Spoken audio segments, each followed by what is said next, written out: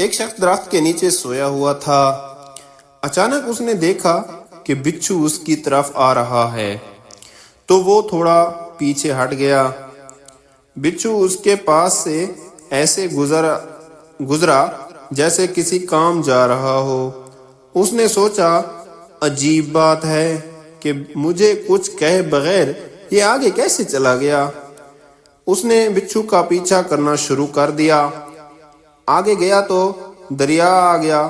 بچھو کنارے کے آگے ایسے کھڑا تھا جیسے کسی کشتی کا انتظار کر رہا ہو۔ تھوڑی دیر بعد ایک پانی میں تیرتا ہوا پتا آیا اور اس کے پاس آ کر رک گیا۔ بچھو اس پر سوار ہوا اور پتا آگے چل پڑا۔ اس شخص نے چھلانگ لگائی اور اس بچھو کے پیچھے پیچھے تیرنے لگا۔ بچھو دریا کے دوسرے کنارے پر پہنچ گیا۔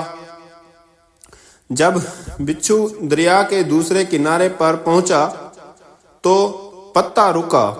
بچھو اتر گیا۔ وہ شخص بھی کنارے پر آ گیا۔ بچھو چلتا ہوا دور ایک آدمی کے پاس پہنچا جو سویا ہوا تھا۔ اس کے قریب جا کر رک گیا۔ دوسری طرف سانپ آ رہا تھا۔ جیسے ہی سانپ سوئے ہوئے شخص کو ڈسنے لگا تو بچھو نے سانپ کو ڈس لیا۔ یوں سانپ مر گیا اور بچھو آگے چلا گیا۔ وہ شخص جو بچھو کے پیچھے یہاں تک پہنچا تھا اس نے سوئے ہوئے آدمی کے پاؤں پکڑ لیے۔ وہ جاگ گیا تو اسے کہنے لگا کہ آپ تو بہت بڑے بزرگ ہیں۔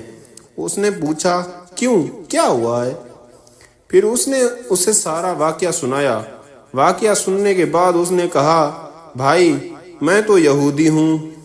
اس شخص نے یہودی کو چھوڑا اور سر سجدے میں رکھ دیا اور کہنے لگا، اے میرے مالک، تو ایک بندے کو بچانے کے لیے اتنا بڑا کارخانہ چلاتا ہے۔ میں دن رات خواہ مخواہ پریشان ہوتا ہوں تو میرے بارے میں اس سے بھی بہتر کر رہا ہوگا۔ اگر ہماری آنکھیں کھول دی جائیں اللہ ہمارے ساتھ کیا معاملات کر رہا ہے اور کہاں کہاں سے ہماری مدد کر رہا ہے تو ہم کبھی سر سجدے سے بھی نہ اٹھائیں۔ اے بندے، تو کیوں پریشان ہے؟ تیری تقدیر میں جو لکھ دیا گیا ہے اس پر راضی رہے۔ تیرا رب بہتر فیصلہ کرنے والا ہے۔ بتا دو میری مصیبتوں کو، میرا اللہ کتنا بڑا ہے۔ جو مصیبت پہنچی ہے مجھ پر اس میں بھی میرا بھلا ہے۔ اگر ویڈیو آپ کو اچھی لگی ہے تو لائک اور سبسکرائب کر دیں۔